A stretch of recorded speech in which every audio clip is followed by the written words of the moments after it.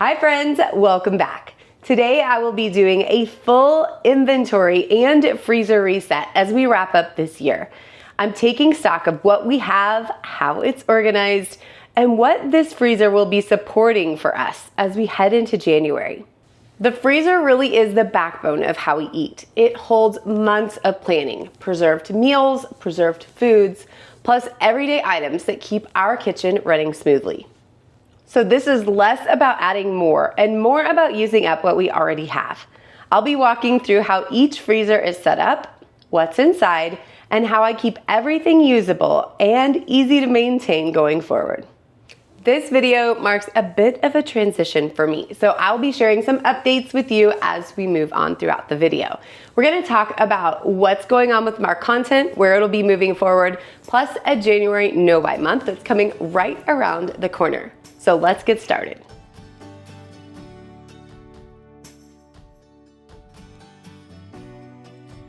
I always like to start by just opening everything up and getting a visual of what we're working with.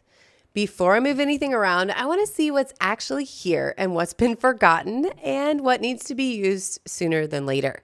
This part always feels overwhelming at first, but I've learned that pulling things out and grouping them by category makes a huge difference. Once everything is visible, it's much easier to make decisions about overbuying and how to avoid that moving forward. This specific freezer is the furthest from the kitchen and it holds the bulk of our deer and beef. This is a long-term storage for us, so keeping everything grouped together really helps me plan months ahead sometimes instead of just week to week. When I know exactly what cuts we have, meal planning becomes a whole lot simpler.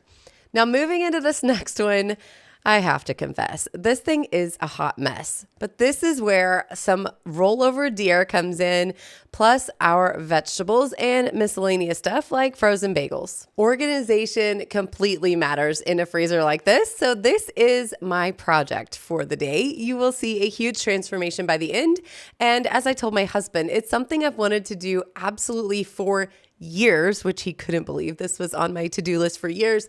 It was, and I'm so glad this is done. So I'll show you more about that on the end. But I have to say that organizing freezers that contain things like vegetables and miscellaneous products is very, very important because it's easy to lose things in the bottom of a chest freezer, even in it's a small one like this. So having the one basket hanging from the side was a nice help, but not quite enough. And while we had everything apart, I decided it'd be a good time to go ahead and get this thing cleaned out for real, get all the ice chunks moving, and move back into a very clean new freezer space. Luckily, my husband was available, so he helped me out with this process. I did unplug it for around 30 minutes to help that ice break up a little bit, and then we used Shop Vac to suck it out completely, giving a new fresh canvas to put everything back in. Now, of course, this is something that I could have done myself, but I recently tweaked my back while I was working out at the gym, so having him around for a little extra help is always a great blessing. Now, while he's busy finishing up, I think this is actually the perfect time to share something that I have been using that's made a big difference for me on days like this where I'm having a little bit of soreness and discomfort in my back. This is the Bob and Brad ThermoRed heated back belt. And what makes this different from other regular old heating pads is that it's not just heat. This combines heat, red light therapy, vibration, and just the overall hug and a nice support in an adjustable belt. So it's working on tension instead of just covering it up. One of the things that I love the most is that I can just strap it on and keep going. I don't have to lie down or stop what I'm doing, and it's completely hands-free. I can actually see this coming in super handy during baseball season when I'm out sitting on the bleachers or just on a cold, nasty day. So I can have the advantage and support of the red light, the vibration, and the heat, even on those cold, nasty nights on the bleachers. Now, I know red light therapy is something that's talked about all over the place right now, but something that Bob and Brad have done with this is actually include two different types of red light, which goes deeper into the muscle than the normal one type that you can get in most other locations. It's especially helpful if you deal with lower back stiffness from sitting too long, standing for long stretches, or waking up really sore in the morning. Now, I like the heat all on its own, but I have to say, once I turn on the vibration, I can feel everything in my back starting to loosen up instead of staying really tight. It honestly feels closer to a physical therapy level care at home, which is huge for me because I don't have time or the money really to spend on extra appointments scheduled in throughout my day. I wear this while cooking, cleaning, sitting at my desk, or just relaxing, so it fits into real life. If you're dealing with ongoing back tension, this is an easy and practical way to have a tool on hand that will really help out. I have a link in the description plus a discount code down below if you want to check it out. But now it's time to jump back downstairs now that my freezer is all cleaned out and finish up organizing and show you exactly what I found in the bottom of this freezer. Oh my goodness, friends. I found a whole basket of summer sausage that I didn't even know was down there. So talk about a good reason to clean out. This is the exact reason that I do it. And I also found 4 packs of beef jerky, which is what I have right there, that didn't go in this freezer at all. It's not where I look for beef. So this is a great reason to do exactly what we're doing here today. Now, these baskets really are going to be helpful to keep similar items together, plus allow me to rotate, which I was obviously failing at using my torn old Walmart bags to get this accomplished in the past. So these baskets specifically I purchased because I was able to customize the size and stretch them out to perfectly fit the space that I had in the bottom of the freezer. I don't know why I waited so long. If you're considering this, don't wait any longer. I will make sure to link these specific ones down in the description. They do come in a couple different colors. I did cut my finger when I was putting them together, so be a little bit careful. Some of the screws have a little burr on them, but overall, I'm super, super happy with the convenience and the storage features that we now have.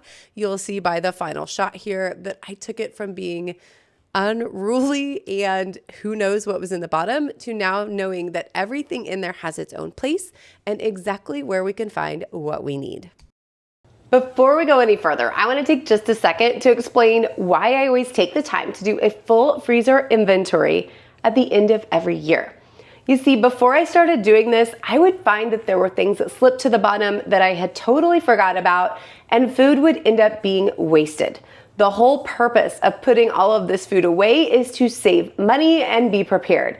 So when I take this time to do the inventory, I can see what I need to purchase more of in the future and what items I can back off of because we aren't moving through them quite as quickly.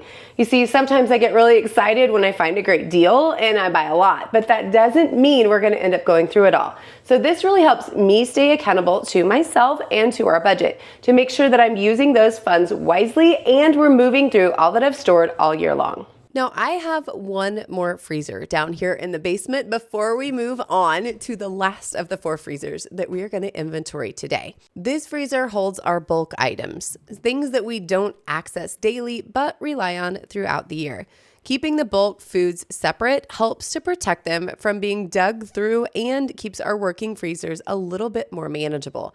This is where the big items live, like the free ham from my husband's employer or a big turkey that I scored during the butcher box sale. It's also where I keep our corn stash that we keep every year.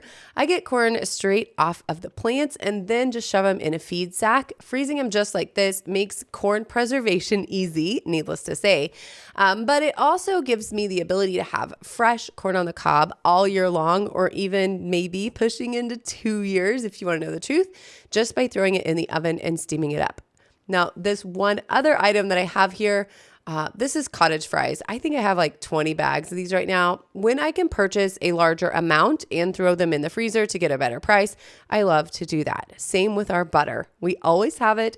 It never runs out, and it's really easy to inventory. Now, this last freezer is actually my favorite. It is a new addition and something that I keep in my laundry room because it allows me to easily access everything that's in here every single day.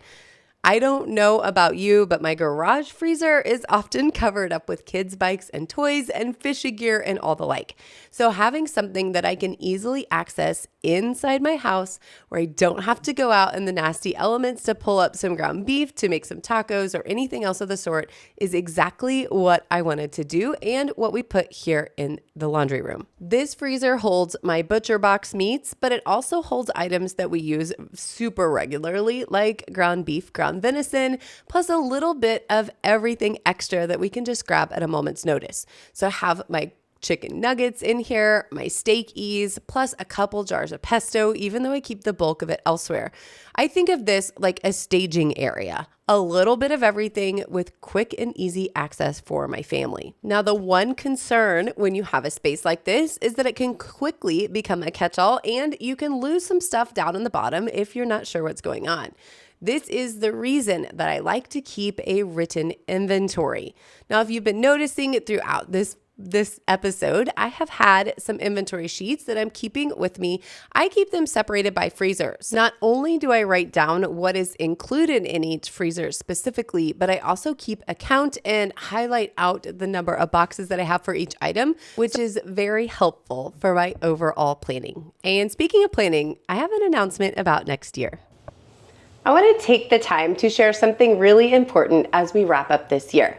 For those of you that have been around a while, you know that I create content on 2 different channels, Pantry to Plate, which is where we're at right now, as well as the Hometown Homestead. The initial idea for both of these channels was to separate my content into preserving and gardening, and then cooking content and budget groceries here on Pantry to Plate. But that really has not worked out. So in the future, moving forward, I am going to merge both channels back to one. This channel will no longer be posting new content, and all of my grocery budgeting and meal content will go back over to the Hometown Homestead. There will be a name update coming in the future, I should say, because that channel really will be just focused on budget meals and grocery content. If you are not already subscribed to that channel, please take a minute at the end to click on over and make sure you're subscribed so you don't miss any videos as they come out. I actually have a new one coming out tomorrow. It's going to be great. So I'll see you over there tomorrow at 2 p.m. Now, jumping back into the laundry room, I want to share a little bit more about this freezer and why I recently selected this one specifically when we went shopping. This freezer offers a flex space. Currently, I have this set up as extra refrigeration area, which includes all of our surplus items like cabbage, of course. I had 20 pounds of apples in here a couple of weeks ago, but as you can see, we're down to just a couple, and extras like cream cheese and things that we need to have extra of. But this space can also, with the touch of a button, convert over to extra freezer space. This setup is something I am so excited about for garden season because it's going to allow me the flexibility to use the space that I have for our needs as they come at each individual moment. There will be times when we purchase a new beef or have extra deer and we need that top space to be a freezer option. But for now, and as gardening season comes around, that extra refrigerator space is unbeatable. I'll make sure to drop the link to this one down below if you have questions, just so you can see what's available. But now I want to show you a close-up of those lists and exactly how it helps me with my meal planning. You can see I have the highlighter out there, and I'm able to make a quick list of projects and other things I need to use up coming forward. And now I have one more quick announcement. Going into January, I am once again participating in the 3 Rivers Challenge, sponsored by Jessica over at 3 Rivers Homestead.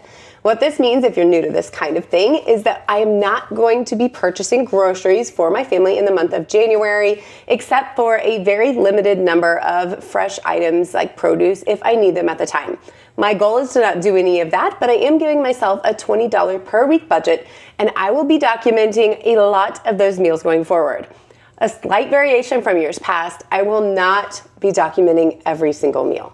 That is so much work, and I will be keeping up with it, but I will not have every single meal individually for you on the content for January. One more really exciting announcement that I have for you today as we close out the year, and that is I will again be participating in January 2026, sponsored by Lisa over at Sutton's Days. January is focused on learning how to can, trying new canning recipes, and building skills in food preservation. It's not about perfection, it's about learning, experimenting, and growing in confidence in the kitchen. I'm gonna be sharing some cool preservation ideas that even people who don't garden can tackle. So if you've ever been curious about how you can get into food preservation or wanted to make some amazing salsa right in your own kitchen without the need for fresh tomatoes or anything of the sort, Make sure to stay tuned. I'm really looking forward to what's ahead, including some new projects for the new season, plus more intentional kitchen routines in the months to come. Thank you so much for being here, and I will see you in the next video.